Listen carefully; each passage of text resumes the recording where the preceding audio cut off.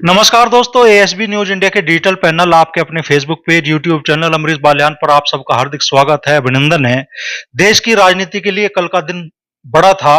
प्रधानमंत्री नरेंद्र मोदी तीसरी बार देश के प्रधानमंत्री बने और पश्चिमी उत्तर प्रदेश की राजनीति में भी राष्ट्रीय लोकदल जो अब तक सत्ता से बाहर चला रहा था पिछले करीब एक दशक से, उसकी सत्ता में वापसी हुई। यूपी की सरकार में तो वापसी हो ही गई थी, लेकिन कल केंद्रीय राज्य मंत्री स्वतंत्र प्रभार के तौर पे जयंत चौधरी जी ने भी शपथ ली। जनता की बड़ी आकांक्षा है पश्चिमी उत्तर प्रदेश की और खासतौर पे किसान वर्ग की, कितना खरा जयंत चौधरी और राष्ट्रीय लोकदल किसानों की उम्मीदों पे उतर पाएंगे और आने वाले समय में पश्चिमी उत्तर प्रदेश की राजनीति क्या करवट लेगी, उसी बारे में बात करने के लिए हमारे साथ मौजूद है पश्चिमी उत्तर प्रदेश की बड़ी राजनीतिक हस्ती, पूर्व में विधायक भी रह चुके, एमएलसी भी रह चुके, जिला पंचायत अध्यक्ष भी रह चुके और बिजनौर के फिलहाल तो सांसद हैं मलूक नागर जी। तो मलूक साहब, कल आप लोग सत्ता में शामिल हो गए, केंद्रीय राज्य मंत्री स्वतंत्र प्रभार के तौर पर जयंत चौधरी जी भी हिस्सा बने सत्ता का। एक तो आकांक्षाएं बहुत थी, आप लोगों की उम्मीदें थी कि कैबिनेट मंत्री के तौर पर जयंत चौधरी शपथ लेंगे। जश्न थोड़ा सा फीका हो गया क्या? देखिए, जहां तक जनता के पैमाने पे खरा उतरने और ना उतरने की बात है, ये तो समय पे पता लगेगा। हम पूरी कोशिश करेंगे खरा उतरने की। जहां तक बात है पश्चिम उत्तर प्रदेश की, बात पश्चिम उत्तर प्रदेश की नहीं है। चौधरी चरण सिंह जी इस देश के प्रधानमंत्री रहे हैं और उनके पोते हैं जयंत चौधरी जी, जिसमें उत्तर प्रदेश में तो पहले ही कैबिनेट मिनिस्टर हैं अनिल कुमार उनके। देश के लिए शपथ ली है तो देश में कितना खरे उतरेंगे, और देश के लिए एक खुशहाली की बात है। और राष्ट्रीय महासचिव होते हुए राजस्थान का मुझ पे चार्ज है, तो राजस्थान में भी पूरी कोशिश करेंगे कि जितने उत्तर प्रदेश में विधायक आते हैं करीब करीब उतने ही हम वहां से भी जिता करके लाए। जहां तक कैबिनेट मंत्री की बात है, 3 तरह के मिनिस्टर होते हैं, एक एमओएस इंडिपेंडेंट और एक कैबिनेट मिनिस्टर। तो एमओएस इंडिपेंडेंट पहली बार कोई मंत्री बन रहा है, तो एमओएस इंडिपेंडेंट वो कैबिनेट मिनिस्टर के इक्विवेलेंट ही है, और पहली बार में उठा करके बना दोगे और तजुर्बा बिल्कुल है नहीं। तो मेरे हिसाब से जो नरेंद्र मोदी जी और अमित शाह जी जो प्यार करते हैं, जो लाड करते हैं, जो दुलार करते हैं चौधरी जयंत जी को, तो उन्होंने मेरे हिसाब से कुछ ठीक ही सोचा होगा। जहां तक बात है आने वाले समय में 5 साल बाकी पड़ी है, कितनी बार बदलाव होंगे, कितनी बार प्रमोशन होंगे, वो एक अलग बात है। मुझे उम्मीद है कि चौधरी जयंत जी, चौधरी चरण सिंह जी की जो विचारधारा, जो सोच किसान और गरीब और अकलियत के लोगों के लिए जो थी, जो एक अधूरी सी रह गई थी, और जो इस देश के प्रधानमंत्री जी करना चाहते हैं किसानों के बारे में, वो जयंत जी को आगे रख करके वो कराएंगे। और मुझे उम्मीद है ये जोड़ी, माननीय प्रधानमंत्री जी का प्यार, आशीर्वाद, लगाव, लाड जो जयंत चौधरी को मिलेगा, जयंत चौधरी जी उत्तर प्रदेश और पूरे देश के लिए किसान, गरीब, मजबूत, कमजोर, दलितों, पिछड़ों, अकलियत के लोगों के लिए जो काम करेंगे, बहुत बेहतर तरीके से काम करेंगे। दिल बहलाने को गाली भी, ख्याल अच्छा है। कैबिनेट और राज्य मंत्री स्वतंत्र प्रभार में अगर कुछ अंतर नहीं था तो कैबिनेट ही बना देते फिर। एक पत्रकार को पूछना ऐसे ही बनता है जैसा आप पूछ रहे हैं, उसे गाली कहो या दिल बहलाना कहो, पर हम जो बात कर रहे हैं वो वास्तविकता पे जाके, और जो संभव है और जो आज के परिवेश में संभव हो सकता है, और जो परिस्थितियां हैं देश के, जो स्थिति है, मेरे हिसाब से उसके हिसाब से सब चीजें अच्छी होंगी भविष्य में, और अच्छी होनी चाहिए। एनडीए संसदीय दल की बैठक जब हुई तो विपक्ष के नेताओं की, समाजवादी पार्टी की, कांग्रेस के नेताओं की बड़ी सिंपैथी जयंत चौधरी से दिखाई दी। कहा गया कि भाई अपनी पार्टी के राष्ट्रीय अध्यक्ष थे, एक एक सांसद वाले पार्टी के अध्यक्ष को मंच पर जगह दी गई, जयंत चौधरी को दी नहीं गई, तो उन्होंने तो सीधे अपमान से, खास तौर पर जाट समाज के अपमान से इसे जोड़ा समाजवादी पार्टी ने। पहली बात तो ये है कि जाट समाज के अकेले जयंत चौधरी नहीं है। जयंत चौधरी देश के नेता हैं, पिछड़ों के नेता हैं। जाट, गुजर, यादव, पाल, सैनी, कश्यप, सोनाल, लोहार, कुमार, तमाम पिछड़ी जाति और दलित और अकलियत और सब वर्गों के जयंत चौधरी जी नेता हैं। जहां तक बात है कि जिनको दिक्कत हो रही थी कि इज्जत नहीं मिली, वो बेचारे ठीक कर रहे थे, अपना काम कर रहे थे, अपना कर्म कर रहे थे, क्योंकि उन्हें याद थी मध्य प्रदेश का जब चुनाव हुआ विधानसभा का, और कांग्रेस के कमलनाथ ने जो बेइज्जती करी अखिलेश जी की, हटाओ अखिलेश पखलेश को, वो हमने मुद्दा जोरदार तरीके से उठाया था, तो शायद बेचारे इसीलिए वो हमसे संपत्ति रख रहे होंगे, इसीलिए ऐसा कह रहे थे। जहां तक बात है कांग्रेस की, अरे जिसने रोड मैप बनाया, जिसने सो कॉल्ड इंडिया गठबंधन की नींव रखी, जिसने नींव रख करके इनको एक प्लेटफॉर्म बना के दिया, रोड मैप तैयार करा कर दिया, जिससे कि आज इनका प्रतिपक्ष नेता विरोधी दल बन सकता है, जो क्राइटेरिया होता है मिनिमम 10% उसके लिए, इन्होंने उसी को इस हालत में लाके खड़ा कर दिया कि उसी को भागना पड़ा बेचारे को। तो ये अपने गिरेबान में झांक लें, अपने आप को संभाल लें कांग्रेस वाले, और जो कांग्रेस के साथ मिली हुई पार्टियां उनकी इज्जत संभाल लें, उनकी बेइज्जती ना करें अखिलेश पखलेश कह के, भाई यही काफी है, संभाल लें अपने आप को। और बाकी हम तो कर ही रहे हैं नरेंद्र मोदी जी के नेतृत्व में, बढ़िया देश चलेगा। और 5 साल ऐसा काम करेंगे, 5 साल में सो कॉल्ड इंडिया गठबंधन आपस में लड़ के बिखर के टूट के मर जाएगा, ये कुछ नहीं कर पाएंगे। अच्छा, पश्चिम उत्तर प्रदेश में भारतीय जनता पार्टी और राष्ट्रीय लोकदल का गठबंधन चुनाव से ठीक पहले वजूद में आया और उम्मीद बड़ी थी इस गठबंधन से, लेकिन मुजफ्फरनगर आप लोग हार गए, सहारनपुर आप लोग हार गए, कैराना आप लोग हार गए, नगीना आप लोग हार गए। बड़ा झटका नहीं लगा आप लोगों को? हम देखिए बिल्कुल घमंड की बात कोई करते नहीं, जहां पे हम हारे हैं तो हारे हैं, पर जहां कांग्रेस की कभी पूरी की पूरी 100% सीट हुआ करती थी यूपी में और कांग्रेस 0 पे हो गई, उस दिन उन्हें उस दिन के बारे में जरूर सोचना चाहिए, गिरेबान में झांकना चाहिए। आज हम तो कुछ ही पार्टी मिलकर लड़ रहे थे और सो कॉल्ड इंडिया गठबंधन 30 के करीब लड़ रहे थे, फिर भी हम बराबर की स्थिति में तो हारे कहां हैं। हमारी जो बहुमत और बड़ी जीत थी, संजीव बालियान जैसे योद्धा थे उसमें, वो कहीं अगर कम हुई हैं कुछ सीटें, तो उनका आत्ममंथन करेंगे, विश्लेषण करेंगे, विचार करेंगे, सोचेंगे, जमीन पे जाके धरातल पे लोगों से बातचीत करेंगे, तमाम लोगों से जहां कमी हुई उसे दूर करेंगे। मीडिया में तो ऐसी बहुत सी खबरें आ रही है कि साहब जयंत चौधरी जी आरएलडी का जो वोट बैंक था वो बीजेपी को ट्रांसफर नहीं करा पाए इस बार। देखिए कहने में तो क्या हर्ज है, कोई कुछ भी कह दे, एज्यूमिंग बेस पे किसी का कुछ बिगाड़ा तो जा नहीं सकता, और आप तो पत्रकार हैं, आपसे तो हम बिल्कुल ही कुछ नहीं कह सकते, आपसे तो नहीं तो फिर पीछे पड़ जाओगे, तो आपसे आपकी बात को हम काट तो नहीं कर सकते, झूठ भी नहीं कह सकते, मना भी नहीं कर सकते, लेकिन अगर जाएंगे तो देखते हैं कि हमारी 40 सीटों में कम से कम 40-50 हजार से लेकर के और 4 लाख तक वोट हैं, जो हम लोगों की वोट हैं, और कहीं ना कहीं उन्होंने मैक्सिमम जाकर के सपोर्ट करा है।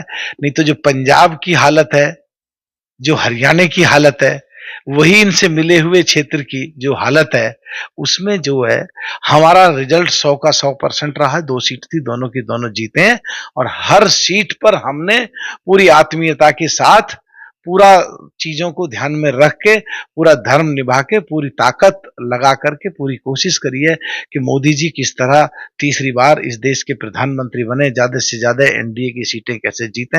ये कहने को तो लोग कहते ही हैं, छोड़ो इनका क्या देखना और सोचना। तो अब तक आप लोग विपक्ष में थे, बचने का ठीक रास्ता था साहब, सरकार में नहीं है, हमारे हाथ में ताकत नहीं है, हम क्या कर सकें। अब आपने गन्ने के खेत की तरफ इशारा किया, मैं जयंत चौधरी के लिए बोल रहा हूँ, गन्ने के खेत की तरफ इशारा किया, बोलने की भी मोदी जी ने कहा अब आपकी बार 400 पार का नारा दिया है, और जब 400 पार होगी तो गन्ने का भाव भी 400 पार होगा, ये उम्मीद आपने किसान को दे दी। आप शामली शुगर मिल पर गए, आपने कहा कि हम सत्ता से बाहर हैं, हम कुछ करने की स्थिति में नहीं है, नहीं हम करते।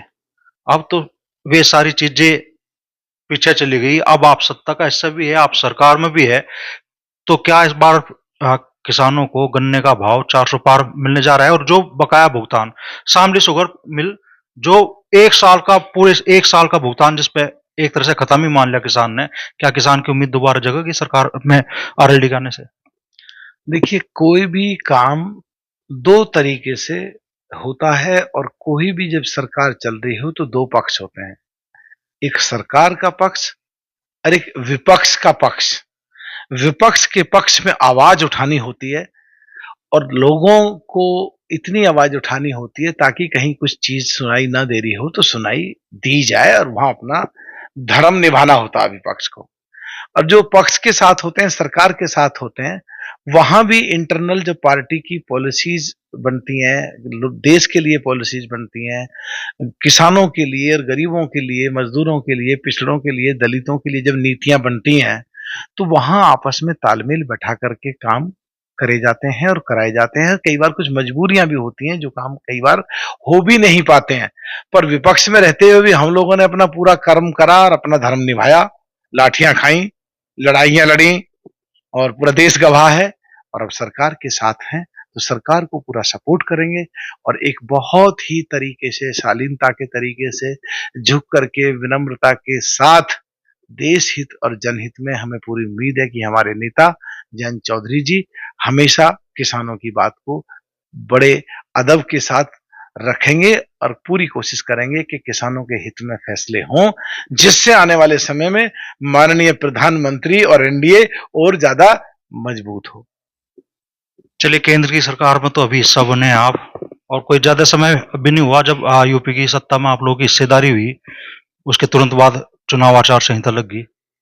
लेकिन राष्ट्रीय लोकदल के लोगों को सत्ता का मजा बिल्कुल नहीं मिल रहा साहब, ना अधिकारी सुन रहे। स्थिति ये हो रही कि मुजफ्फरनगर में आपके नेताओं को एसएसपी कार्यालय के बाहर धरने पर बैठना पड़ा अपनी बात अधिकारियों तक पहुंचाने के लिए, या अधिकारी गंभीरता से उनकी बात सुने उसके लिए। एक इंटरव्यू आज या कल में मैं ले चुका हूं, आपके कैबिनेट मंत्री बने अनिल कुमार जी कह रहे हैं कि साहब अधिकारी सुन नहीं रहे, बेलगाम हैं, और जल्दी इनके काबले टाइट करे जाएंगे, इनके दिमाग दुरुस्त करे जाएंगे। क्यों, मतलब राष्ट्रीय लोकदल सत्ता का हिस्सा होने के बाद भी अब भी लगभग विपक्ष की भूमिका में दिखाई दे रहा है। चौधरी चरण सिंह जी की सोच, चौधरी चरण सिंह जी की विचारधारा ये नहीं कहती कि पार्टी के लोगों के मजे आने चाहिए। जो आपने शब्द कहा, मजे, मजे जनता के आने चाहिए, खुशहाल जनता होनी चाहिए, देश मजबूत होना चाहिए और देश के लोगों के लिए काम होना चाहिए। तो party, politics, MLA, minister, cabinet minister, ये सब एक अलग चीज है। देश हित में और जनता के हित में हमेशा सबको काम करना चाहिए। और मुझे पूरी उम्मीद है हमारे नेता हमेशा कहीं भी किसी भी बात को बहुत झुक करके, बहुत शालीनता के दायरे में रह करके, मुझे पूरी उम्मीद है 100% जनता के और किसानों के हित में काम करेंगे। कोई भी काम ऐसा नहीं करेंगे या कोई भी काम ऐसा झेलेंगे नहीं। अगर कहीं जरूरत पड़ रही है तो अपनी बात को बढ़िया ढंग से रखेंगे, जिसका फायदा आने वाले समय में उत्तर प्रदेश की जनता और देश की जनता को मिल सके। चाहे उसके लिए वही जब तक की ट्रेंड चल रहा था, धरना, प्रदर्शन, शोर शराबा, उसे ही आजमाना पड़ेगा अब भी। जिन लोगों में क्षमताएं कम होती हैं, जिन लोगों में सोच कम होती है, जिन लोगों की होमवर्क कम होता है, जिन लोगों को संसदीय परंपराओं का ज्ञान कम होता है, जिन लोगों को अपने अधिकारों की किस तरीके से पालन करानी है कम होता है, जिन लोगों को काम किस तरीके से होते हैं पता नहीं होता है, जो लोग झूठी पॉपुलरिटी पाने के लिए बगैर मतलब के कई बार जो दिल्ली के जिस तरह के आप पार्टी के नेता करते रहते हैं, इस तरह धरना प्रदर्शन पे जाते हैं, जो सरकार का हिस्सा होते हैं, तो सरकार के अंदर रह के तालमेल बैठा के वहां भी काम कराए जाते हैं। बात काम कराने की है, ना कि इंडिविजुअल कैपेसिटी में अपनी मार्केटिंग और अखबार में छपने की या टेलीविजन में खबर चलने की है। और हम पार्टी के गठबंधन के या एनडीए के गठबंधन के राजधर्म को भी निभाना जानते हैं और देश की जनता के लिए, देश के हित के लिए और किसानों के हित के लिए, गरीब पिछड़े दलितों के हित के लिए उनके काम कराना भी जानते हैं। सीधा सवाल पूछ रहा हूँ, चलो ये तो आप घुमा रहे मलूक नागर साहब, 4 गन्ने का भाव 400 पार होना है कि नहीं होना है इस बार? भरोसा रखे किसान? देखिए, कुछ चीजें ऐसी होती हैं जो अभी ना आपको पता होती है ना हमको पता होती है। आने वाले समय में डिमांड एंड सप्लाई के ऊपर डिपेंड करता है, एक्सपोर्ट और इंपोर्ट के ऊपर डिपेंड करता है, इंटरनेशनल मार्केट और हमारे देश की मार्केट के ऊपर डिपेंड करता है। चीनी का उठाव कितना होता है, कितना होता है, उसका रेट कैसे फिक्स होता है, उसकी रिकवरी कितनी होती है। पर हमें ये पूरी तरह हम सहमत हैं कि किसान के हक के लिए और किसान के गन्ने का रेट ठीक हो, इसके लिए हम गठबंधन के राजधर्म को, एनडीए के राजधर्म को निभाते हुए पूरी कोशिश करते रहेंगे कि किसान को उसकी फसलों के रेट और गन्ने का रेट कैसे ज्यादा से ज्यादा मिले। सत्ता में आते ही भाषा क्यों बदल जाए एमपी साहब? मतलब सत्ता से बाहर रहो तो किसानों को वाजिब दाम मिलना चाहिए, C2+50 मिलना चाहिए, वो तो वाजिब मानते हैं ना। अब आप कहते हैं भाई एमएसपी की गारंटी भी नहीं दी जा सकती, तो सत्ता की तरफ चलते ही भाषा क्यों बदलनी शुरू हो जाए? देखिए, मैंने अभी कहा कि दो पक्ष होते हैं, एक पक्ष और एक विपक्ष। एक में खुल्लम खुल्ला आके लड़ाई लड़नी पड़ती है और एक में कुछ मजबूरियां होती हैं जो जाकर के घर की बात बाहर सड़क पे लाके नहीं करी जा सकती, घर की बात घर में बैठ के करी जाती है। तो दोनों चीजें हैं, जब जहां हम खड़े होंगे हम अपने धर्म को बढ़िया तरीके से निभाते आए हैं और भी ज्यादा निभाएंगे, क्योंकि अभी हमारा लीडर बहुत ज्यादा मैच्योर और बहुत ही ज्यादा एकदम देश हित और जनहित में आके सोच रहे हैं और फैसले दबादब ले रहे हैं।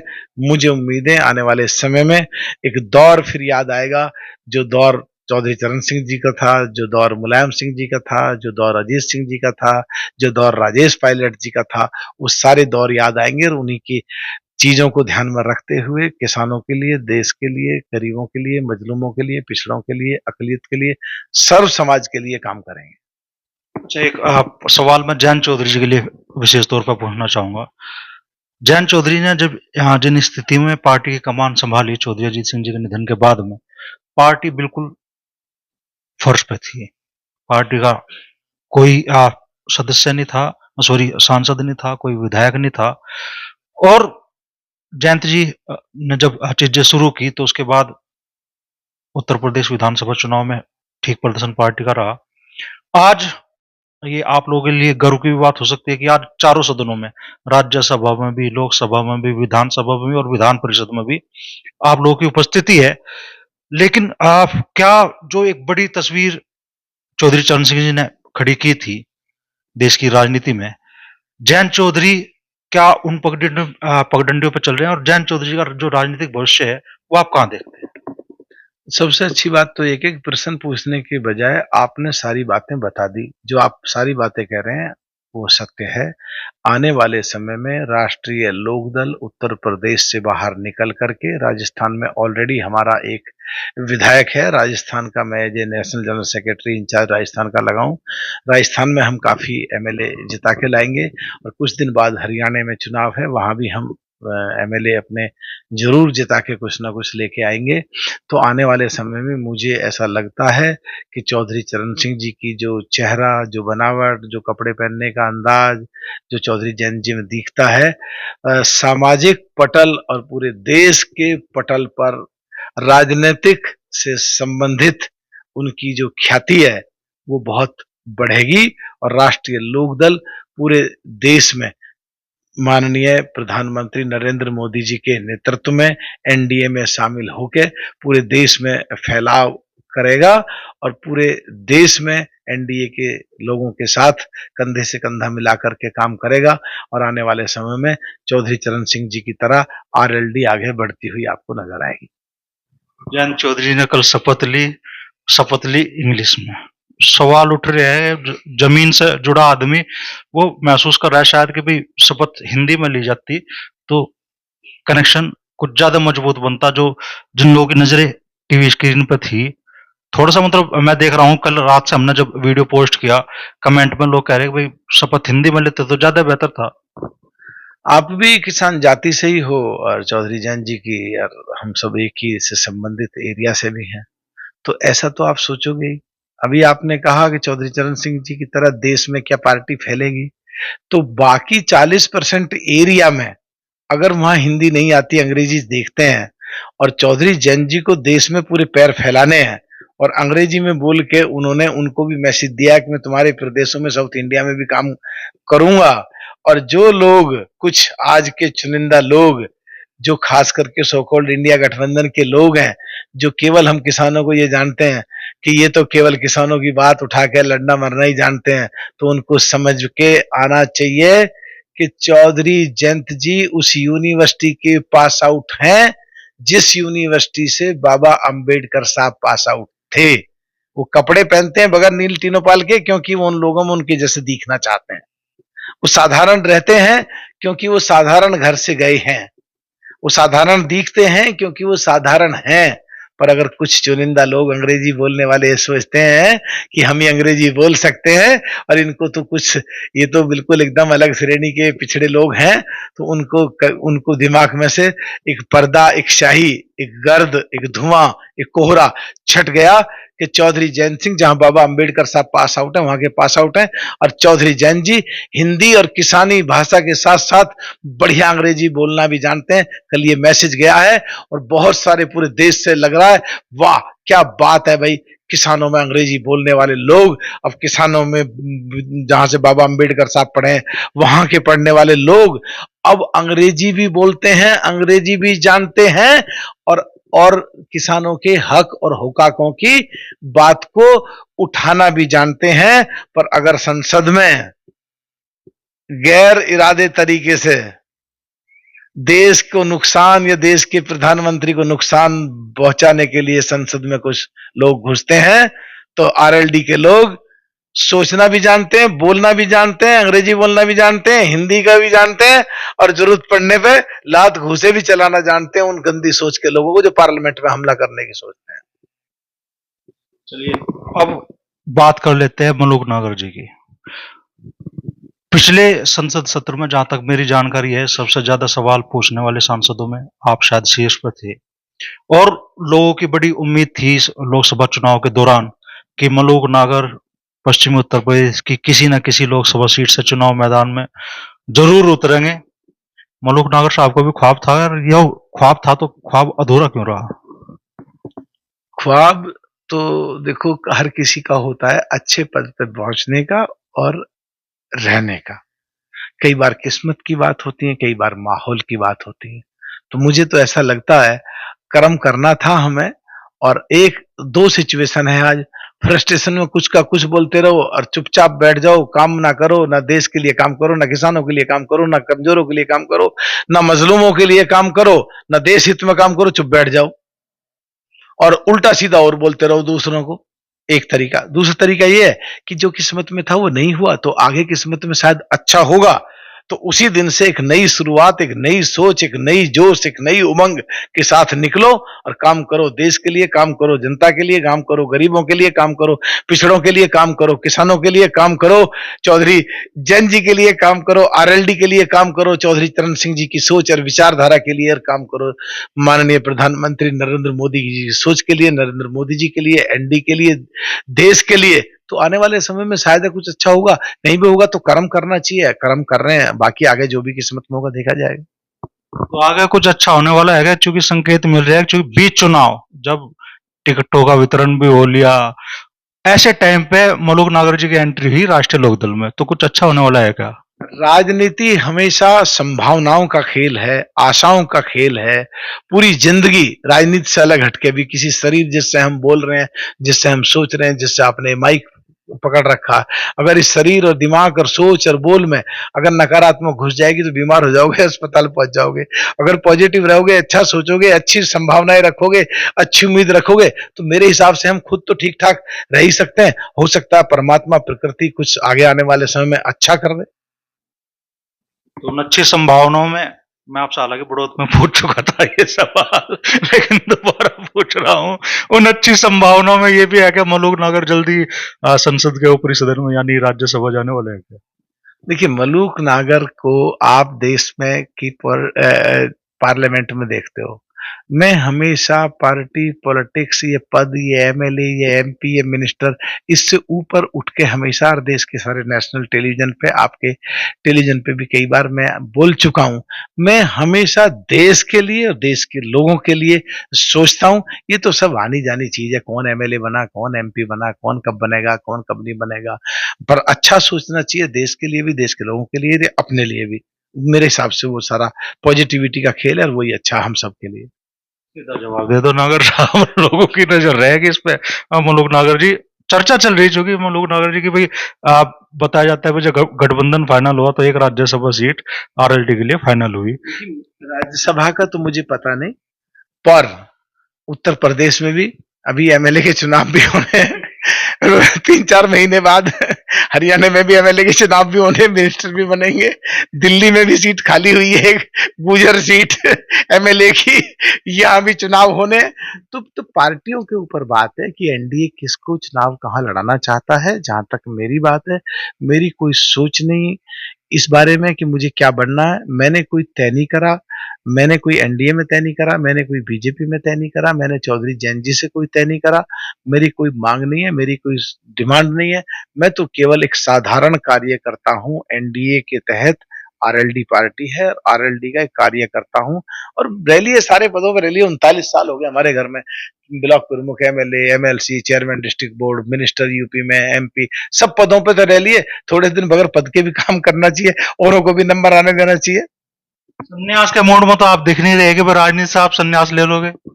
आप तो ये सोच रहे हो मैं ये कह दूं भाई मैं तो मर गया, मेरे बस की कुछ नहीं है, या मैं ये कह दूं मैं तो एमएलए और मिनिस्टर बनूंगा। दोनों ही नहीं कहने वाला मैं कुछ भी बीच का भी रास्ता है, काम करता रहूंगा, लोगों की सेवा करता रहूंगा। आपने इशारा दे दिया, यूपी में भी उपचुनाव होने हैं। आपके ही संसदीय क्षेत्र की विधानसभा है मीरापुर, चंदन चौहान सांसद बने हैं, आपकी पार्टी से बने हैं, अब विधानसभा उपचुनाव होने हैं। लोग बाट देखेगा मुलुक नागर साहब आऊंगे मीरापुर विधानसभा से। लोग क्या सोचते हैं, लोग क्या बोलते हैं, पत्रकार क्या पूछते हैं, नेता क्या सोचता है, मैं क्या सोचता हूं, सब अभी गर्त में है। अभी तो कुछ कह नहीं सकते। आज हम कुछ सोच रहे हैं, कुछ दिन के बाद पता लगी हमारी खुद की सोच बदल रही है कि नहीं ऐसा नहीं, ऐसा करना चाहिए, या ये चुनाव ठीक नहीं है, ये चुनाव लड़ना चाहिए, या चुनाव लड़ना ही नहीं चाहिए। तो अभी क्या कह सकते हैं, ये तो आने वाले समय में पता लगेगा कि अभी क्या होगा या क्या होना है। पत्ते अभी नहीं खोलने का। पत्ते आपकी जेब में अगर ताश की गड्डी रखी है तो निकालो और खोलो और फैलाओ पत्ते, मैं बताऊंगा ये पत्ता तो अभी कुछ हमें ही नहीं पता। अगर अगर अगर मेरे कहने से पत्ते खुलते होते तो मैं एमपी लड़ लेता अब की बार। संजीव बालियान साहब एमपी जीत जाते और मिनिस्टर बन जाते।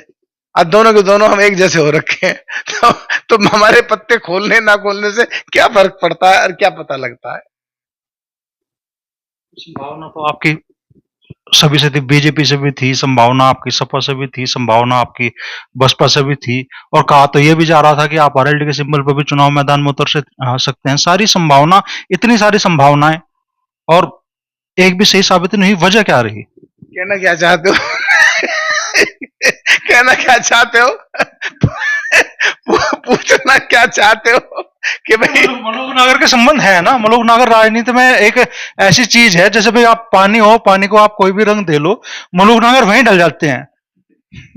आपकी व्यवहारिक कुशलता है वो राजनीति में, कि हर जगह आपकी चर्चा थी कि भाई मतलब यूपी की कोई पार्टी शायद कांग्रेस को छोड़ के, बाकी सपा, बसपा, राष्ट्रीय लोकदल, भाजपा, हर जगह मलूक नागर की चर्चा थी कि साहब यहाँ से लड़ सके इसके सिंबल पे, वहां से लड़ सके इसके सिंबल पे। सच बात तो ये, कांग्रेस मुझे गाजियाबाद लड़ाना चाहती थी, कांग्रेस मुझे मध्य प्रदेश मुरैना लड़ाना चाहती थी, सीरियस कंसिडर कर रहे थे, पर मैं लड़ना ही नहीं चाहता था बिल्कुल किसी भी कीमत पे। जो देश के हालात हैं, जो देश की परिस्थितियां हैं, या जहां पे कंफ्यूजन हो, जो 3 साल तक पार्टी अपना अध्यक्ष ना बदल पाए, खाली रह जाए, जिसका नेता सदन पार्लियामेंट में ठीक ना बोल पाए, जिसका नेता सदन कह दे मोदी जी कितनी बार प्रधानमंत्री बन जाओ हम पर फर्क नहीं पड़ता, जिसका नेता सदन पार्लियामेंट में खड़ा होकर महामहिम राष्ट्रपति को राष्ट्र की पत्नी कह दे, जिसका नेता सदन कई बार अपना कुछ जेब कतरी और चिड़ीमार कह दे, तो उनके क्या है, उनके करना है, क्या सोच रहे हैं वो लोग, क्या कर सकते हैं। संभावना तो और पार्टियों में भी थी आपकी। नहीं देखिए, अब संभावनाएं तो कहाँ थी कहाँ नहीं थी, क्या कर सकते थे क्या नहीं कर सकते थे, ये तो बाद में कहने की बात है। कुछ भी कहते रहो, कुछ भी पूछते रहो, बाकी सच्चाई तो ये है कि अभी एक शुरुआत हुई है एनडीए की तीसरी पारी की, और आरएलडी की उत्तर प्रदेश सरकार में भी और देश की सरकार में भी हिस्सेदारी है। सब अच्छा होगा, मुझे ऐसा लगता है आने वाले समय में। सीधा जवाब तो मलूक नागर साहब दे नहीं रहे, घुमा रहे हैं, बड़े हंसा हंसा के हमें फंसाने की कोशिश कर रहे हैं। लेकिन स्पष्ट तौर पे ये कह रहे हैं कि राष्ट्रीय लोकदल की हिस्सेदारी अब केंद्रीय सरकार में भी है, प्रदेश की सरकार में भी है। जनहित के जिन मुद्दों को अब तक राष्ट्रीय लोकदल विपक्ष में रह के मजबूती के साथ उठाता रहा है, अब जब सत्ता का हिस्सा है तो उनके समाधान की तरफ भी चलेगा। और ये भी वो कह रहे हैं कि जयंत चौधरी ने खुद को साबित किया है, और आने वाले समय में राष्ट्रीय लोकदल का जो प्रभाव क्षेत्र है वो बढ़ने वाला है। और राजस्थान में तो एक विधायक के तौर पर उनकी हिस्सेदारी है ही, लेकिन हरियाणा के जो विधानसभा चुनाव होने हैं उनमें भी राष्ट्रीय लोकदल अपनी मजबूती से स्थिति बनाएगा, ऐसा मुलुक नागर कह रहे हैं।